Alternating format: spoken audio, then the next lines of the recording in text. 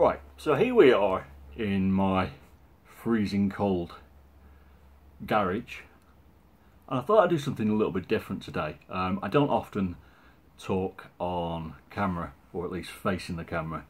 I'd rather let the quads and components etc. do the talking. But I kind of felt compelled to make this video because of what I feel is happening to what is essentially a hobby of tinkering, a hobby of messing around, a hobby of breaking things, a hobby of learning new things.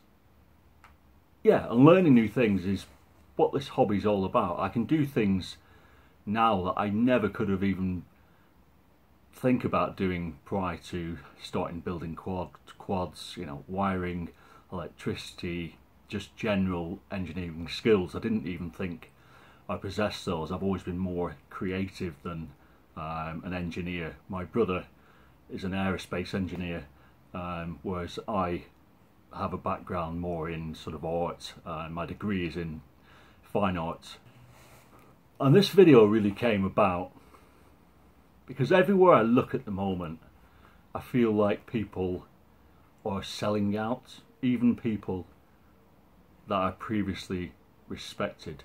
It's been a long-running joke that the longer that you've been in the hobby, the less likely you are to watch UAV Futures, because every video he publishes is the next best quad or the best quad of 2019, even though it's only January.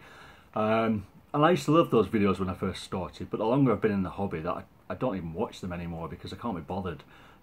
Which is a shame really, because I like watching the guy fly and his mate Trev and having a laugh and doing the things that we all like to do with the quads, but I can't stand the overt sales pitch that goes on. And that is becoming prevalent across the entire hobby now, and it kind of puts me in an odd position because recently Banggood contacted me and asked me if I wanted to start doing reviews, and like most of these things, they started off by offering me cheap things. I think the first thing I reviewed for them was the original Cadex Turtle, and as you do more reviews, you get more sales, and as you get more sales you can get more expensive things, and it kind of snowballs. So where I am right now, I think I started off with, I don't know, a budget of, for argument's sake, let's say 40 quid or 50 quid. And recently I've been able to get things from them that are sort of 150, 160 quid, like the Diaton 2.5 inch. And it kind of puts me as a guy who's not really in this for any other reason but to do what I sort of love to do, which is tinker with quads. And quads, since I started flying over 2 years ago, have really become a passion that I just never get bored of. I love to tinker, I love to try new things. I spent an absolute fortune on this hobby, much to my partner's eternal disgust. And when I found out that I could get stuff free from Banggood, obviously the temptation is to, you know, sell for all you're worth. But I've always seen that free stuff as basically an extension of what I would have done anyway. So all of my time in this hobby, it started off being 3 and 4 inch super light quads. I did a lot of experimenting on that. I helped a lot of companies like Tomo Quads and people like that with regards to motor choices. I did a lot of things with 1407 motors and stuff like that when other people weren't doing them. And later down the line, when I sort of fell in love with heavier 5 inch and at the moment 6 inch quads, everything that I did was really based around that. So I was never really that much interested in 2 inch quads or 2.5 inch quads or anything like that really. But if you can get stuff for free, it allows you to test things that you wouldn't otherwise have tested. The RS build that I did the other week is a classic example actually. That little iFlight 20x20 ESC, which is, I don't know what it is, 60 odd quid for the flight controller. I never would have put that in a 5-inch freestyle build based on my past experience, because I wouldn't have wanted to throw 60 odd quid down the drain. But the fact I could get it for free and test it, and the fact that it's still going strong, kind of allows me to tell you guys, I suppose, what's happened, and maybe somebody else can benefit from that, knowing they're going to get a sturdy ESC in a smaller quad. And recently a lot of the stuff has been sort of iFlight or Patrick Zing related, and really that came about, as you know if you've watched the videos, that I fell in love with the look of those motors more than anything, because like everybody else I like things to look nice. And when I tried them I thought they were really, really good. I'm not saying they're better than any other motor, I'm not saying they're better than F60s or F40s or anything like that. I'm just saying, for me, as somebody who until very recently had to buy everything, if I could buy a motor for 15 quid that performed, in my opinion, pretty much the same as a motor that was 21 quid, then I could buy 5 or 6 motors for the price of 4. That's a winner. And that's why, with my own money, I bought 2306s, which, this is what happens when you land a quad upside down in winter in a farmer's field. So basically I'm going to have to clean this quad up and take the motors apart and dig all the mud out of them. But I bought those out of my own money, simply because, for the same reason that I reviewed them. I really like the look of them, and for 15 quid, why would I buy, a more expensive T-motor or a Brother Hobby when I can get essentially the same thing for less money? So this is kind of a bit of a waffly video here, but I feel like I have to make this video because I don't want people to see me as selling out. I did a bit of a spoof freestyle flight the other day saying that I'm not a reviewer, I'm a pilot. But I suppose, I'm the same as all those other guys getting free shit for making a video. I think the difference, or the thing that in my own mind separates me, is I'm not getting random shit, I'm getting stuff that I want to try, and that, if I had the deepest pockets in the world, I would have bought anyway. So the diatone ones are perfect examples, actually.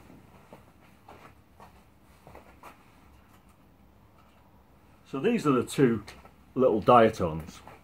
And this one's quite funny, actually, because I love this one, but Bardwell absolutely trashed it the other day, which really annoyed me. Because if you watch my video, you'll know that this quad out of the box has huge power problems, and the way to solve it is so easy. And the fact that he did a review and didn't even bother to attempt to do that, the fact that he did a review and called this camera a CMOS camera that he wasn't sure about the number on, when it's a bloody Runcam Micro Swift, the fact that he said the VTX was 25 milliwatts and it's actually 200 milliwatts, switchable down to 25 milliwatt depending on the channels, showed me that A, he'd paid no attention to what he got, and B, for a guy who made his channel based upon tuning and things like that, for him not to know what was wrong with this quad out of the box smacks of insincerity to me. And I think, if I'm honest, I think everybody's going the same way. I feel like at the moment everybody's selling out. In the video for this, we had Bardwell's own GT90, which just happened to have the bloody Rotor Riot Bratz motors on. Here's your happy upgrade. Head off to the Rotor Riot store now to get your motors. But he's not as honest as that. He kind of slips it in. This is the other diatone quad, which I had a huge amount of troubles getting rid of the jello on. And if you look at the updated video, you know that when I flew it in the sunshine, I still hadn't got rid of the jello. So what I've done is put a Foxia Falcor in it, and it's using a different canopy because I'm messing around with the other one, trying to fit the revised split in. And everywhere I look at the moment, it feels like somebody's trying to flog their own brand. You know, Boydwell used to be pretty honest, whether you agreed with him or not, but he's now sold to Riot, who obviously make their own stuff. And I don't mind that at all, but just be honest about it. Don't try and pretend you're an independent, open and honest reviewer when you're flogging their stuff left, right and centre. You know, don't try and pretend that your F4 flight controller isn't a rebadged CL Racing F4S with a few tweaks. Don't try and pretend that your 4-in-1 ESC that you're selling for 46 quid in the UK isn't the £22 ESC with the bloody current sensor removed and a few capacitors changed around from airbots, which you could buy for 20 odd quid but now no longer can because presumably Mr. Boydwell's makes them more money. And it's happening all through the hobby. You know, Rotorite used to be a good laugh, but now every video seems to be revolving around making their stuff, and the whole hobby is just based upon hype. It's not based upon any facts. It's just based upon hype on top of hype. You know, speaking of Rotorite, they've got the Rotorite Blaster motors, a motor that again in the UK is what, 22 quid for a motor with a steel shaft, steel bell, cheap bearings. So essentially a motor that's worth about 11 quid, but you're paying 21 quid or 22 quid because of this amazing warranty that lasts until September or October. And it's just kind of like, if you do the maths, why would you do that? You'd have to break so many motors to ever claw back that money when you could have just gone out and shopped at Banggood for a Mr. Coppers, which have also got a steel shaft and actually have decent bearings and a decent bell, and you can get those for 12 quid. Less if you use the permanent discount of 7%, which is AF 7 off, which Banggood always use. But people lap this up day in, day out, day in, day out. They lap it up, they follow the herd. You know, if somebody's got 100,000 subscribers, they must be right. You know, and it's kind of a running joke with somebody I fly with that Boydwell's channel was based upon him very eloquently repeating what others have done, and it's evident throughout his entire videos. And that's not to criticise his channel. He's got amazing content for newcomers. He's, you know, his videos on tuning, all of those things are really, really clever and really, really well done. But when it comes to reviewing products, he hasn't got a clue. Not a clue. It's the same if you see him talking about frames. He hasn't got a dicky bird. Not a clue what he's talking about. You know, so it's becoming a point to me where, you know, if you want to get yourself a micro quad, you know, go across and look at Nick Burns' channel, who spends a lot of time dealing with those. And you'll find that he loves the Mobula 7, which I hate, but that's just a matter of opinion. But his channel is still full of useful information that would help anybody who bought one of the products that are on his channel. And that's what videos should be about. It shouldn't be, hey, buy this because it's amazing. It should be, I reckon you should buy this because I'm using it in this way, and this is what I've done to make it fly pretty good, and this is what I think. Make your mind up. You know, I always banged on about the Hyperlow CG as my favourite freestyle frame. This is the oldest frame I own. This frame is about a year old now, and look at it. It's pretty much the same as the day it was built in terms of the carbon. It's had 2 arms on it, but everything else on this frame is the original. That is why I repeatedly go on about it. So this kind of video isn't really particularly focused or anything. I suppose this video is really just about me saying, please be careful out there.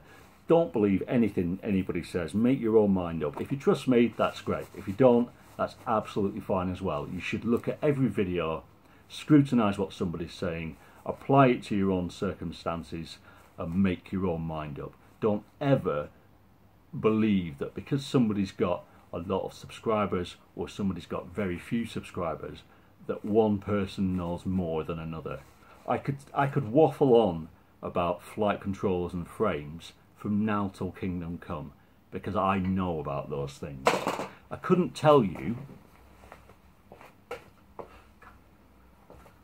and I wouldn't do a video on this, which is the FR Sky R9M, and I think this is an absolute pile of shite, but I don't know enough about why it is a pile of shite to do a video on, so I never bothered doing one.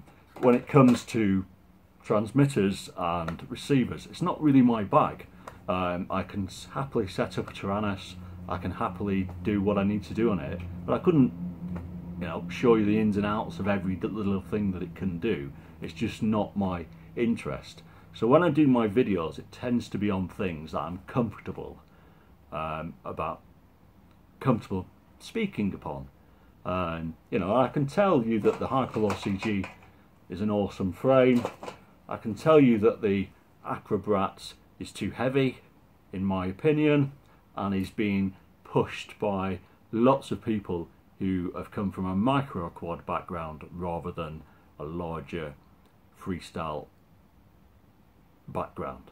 This quad does not fly like a 5-inch, it flies like a very heavy 3-inch, and it's hugely flawed, not because of the frame itself, but because of the available components and batteries. People will tell you this is the best thing since sliced bread. In my opinion, it isn't. You know, here's the Catalyst smooth operator. This one is the 5-inch one, and if you go back to my Waffle video, you'll know that I talked about how disappointed I was about its carbon and how dry I felt it was.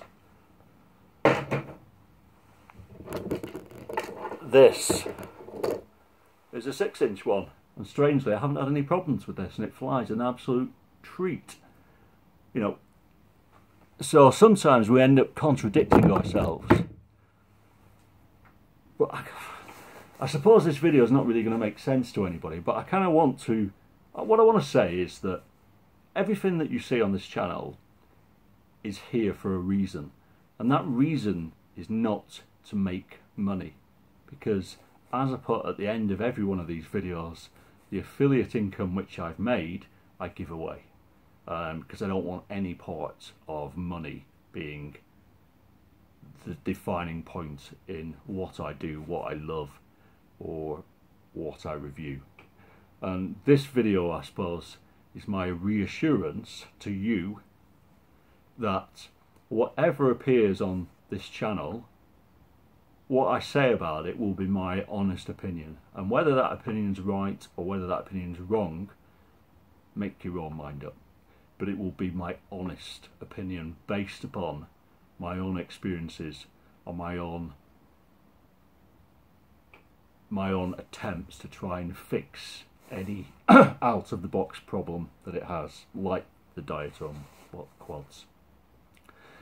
Everything on this channel will be here because it's what I want to test. That's the reason why I'm not reviewing the Tyro 79, which I could have happily got for free, because I've got no interest in a cheap 3-inch Earsheen quad. You know, I got all those whoops in because the lads who were flying with went whoop crazy, and I wanted to be part of that. So I thought I'd give it a whirl, and like always I put everything I could into it. I learned as much as I could, and I gave my honest opinion, which was, to be honest, that the Mobula is crap. The Earsheen trash can is a little bit better, but still, in my opinion, crap. The Emax was really good, but had a crap camera and VTX. And in fact, my favourite one of all of them is a little 40 quid one which I got from Unmanned Tech and made myself. And I think all of them, for my stable of quads, all of them, I fly less than the little diatom, which flies a million times better than any of them. So all of my videos have been honest. Whether you think I'm right or wrong or whatever, you know, make your own mind up.